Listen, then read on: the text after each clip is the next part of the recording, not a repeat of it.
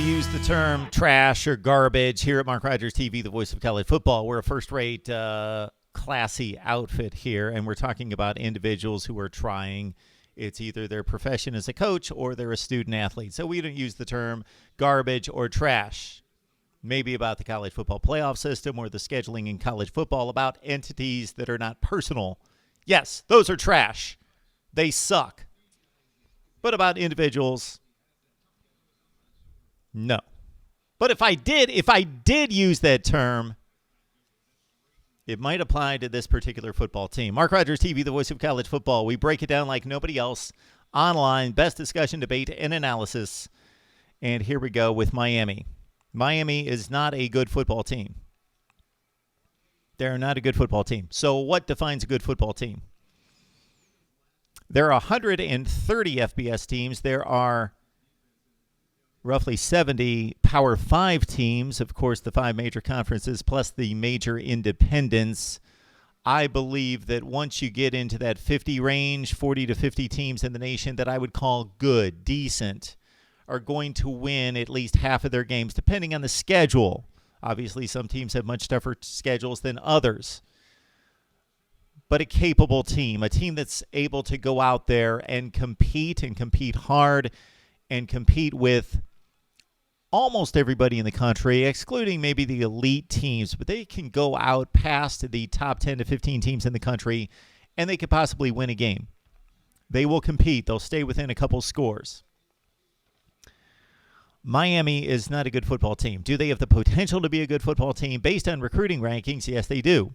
Based on what we see season after season after season after season, game after game after game, I'm not so sure. Of course, they got off to the 10-0 start with some of the same personnel in 2017, and then they proved to not be a very good football team again. One of the 20 or 25 best teams in the nation, and this is the best Miami team that we've seen in years. 15 years was in 2017, and they were a top 20 or 25 team when all was said and done. This team, I predicted to go 8-4, and maybe I overestimated this team because I gained and took on all sorts of criticism when I picked Miami to go 8-4. That how in the world would they lose 4 games? Well, they almost lost their third against the Chippewas. 17-12. I didn't watch the game. There are, and were on Saturday, 40 or 50 other games that were more important and should have been more competitive than this game, but this turned out to be a competitive game. So I just read the recaps, looked at the play-by-play, looked over the box score, but it's evident, it's obvious to see that Miami did not play well. And before you say that Miami was looking past Central Michigan, who are they looking past them to? A bye week? And they're not Ohio State. They're not Alabama. They're not Clemson to be looking past somebody. And even those schools and those teams are so good, they can look past somebody and beat them by 45 points. Miami's not good enough to look past anybody, number one. Number two, even if they look past somebody, they would probably fall into a situation like this where they almost lost. And I don't even know if that they looked past Central Michigan. Again, nothing to look forward to the next week. Play football. 17-12 for a 30-point favorite in Miami. A team that lost to Wisconsin 61-0. And yes, Wisconsin is very good. Very good. But is Wisconsin supposed to have better talent than Miami? Well, apparently they do. Or they're just better football players. They're a better football team. There's no question about that. I think we just saw them play last December in New York, 35-3. Wow. Miami scored 17 points, 17-12. This is a team in Central Michigan that gave up 17 against Miami. They gave up 21 points to Albany. Albany, if I wasn't familiar with my state capitals, I would be asking right now, where is Albany? Where's that football team? Where's that school located? Okay, Albany, New York. I know my state capitals. Probably nobody showed up at the game. 21 points they gave up to Albany. They gave up 24 points to Akron. to Akron, the Zips, one of the 5 worst offenses in FBS football last season. All right, Central Michigan collected 21 first downs, Miami 16. They moved the sticks better than Miami. Miami was 1 for 10 on third down. 1 for 10 on third down. So whether that's the offensive line doesn't get the push in short yardage, the quarterback doesn't make the right read or the right pass, or is not accurate on third down, or the receivers aren't getting just a little bit of separation to convert a third down, I can't imagine that the third downs were that long of conversions on a consistent basis. And if they were, that means Miami's offensive line and their play execution was not good enough on first and second down. Regardless, it's all on Miami being a poor offense, converting 1 out of 10 on third down. 301 total yards of offense for Miami. 301 total yards of offense in 2019 is deplorable. Miami ran for 51 yards. They rushed for 51 yards on 34 carries. I know that 4 sacks were included. Let's say that out of those 4 sacks that Miami lost about 30 yards in field position, they still would have only run for 81 yards. And we see teams get sacked 4 and 5 times every week and run for 150, 250 yards against these type of opponents and more. I would hate to look up to see how much Wisconsin rolled up on the ground against Central Michigan. They threw for 400 yards. Miami ran for 51 on 34 carries.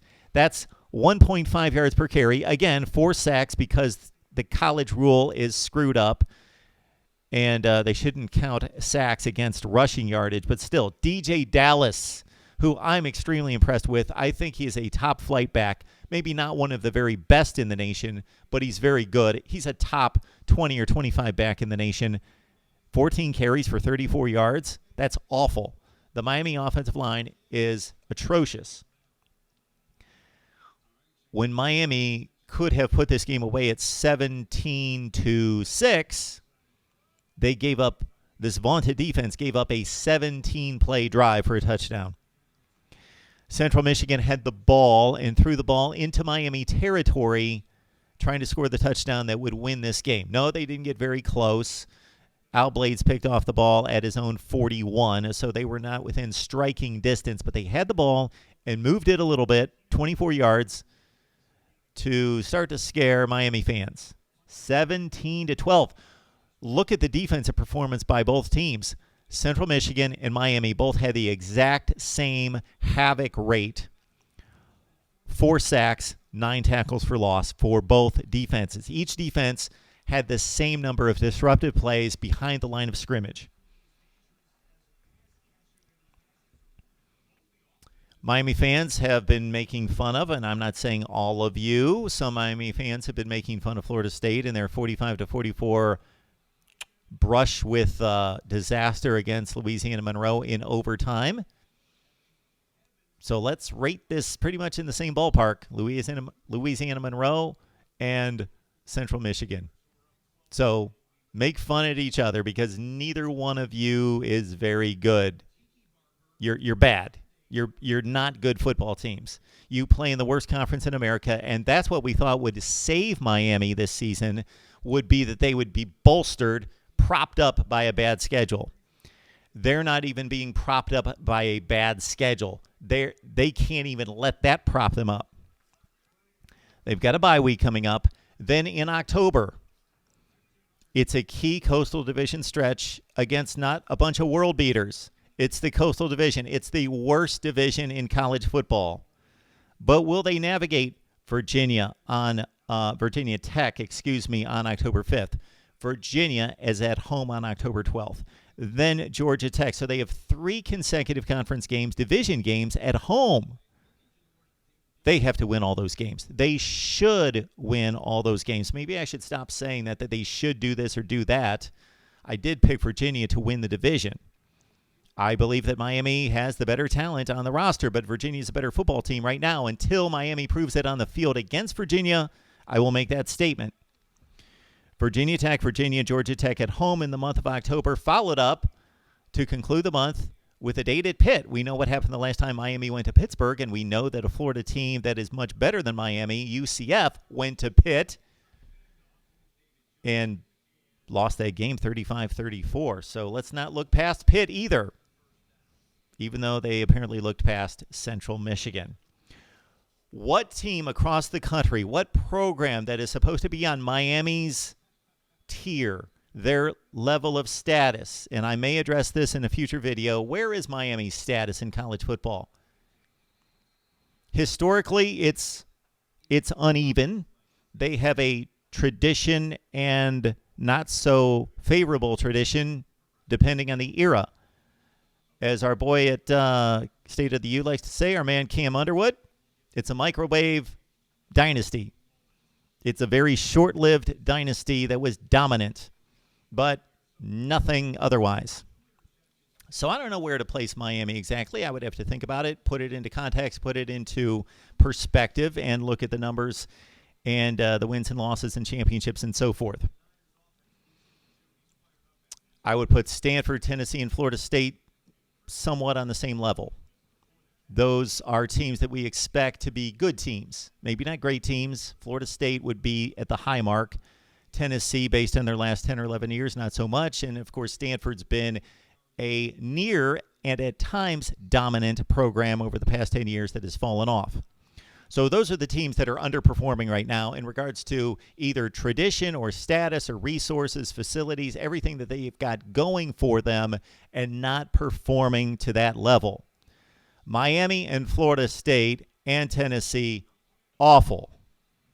Stanford, I would make the disclaimer that they have played very, very good competition, much better than Miami in Northwestern, Oregon, UCF, and USC. Those are Stanford's 4 games. There's not been a Bethune-Cookman or Central Michigan to lean on.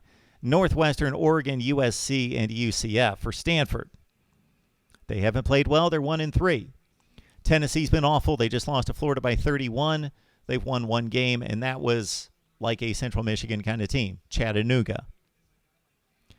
Florida State's awful. They've been awful. They did win an ACC game against Louisville. So this is the short list of underachieving programs right now. Miami, Florida State, Tennessee, and Stanford. And for Stanford, it's just been this year.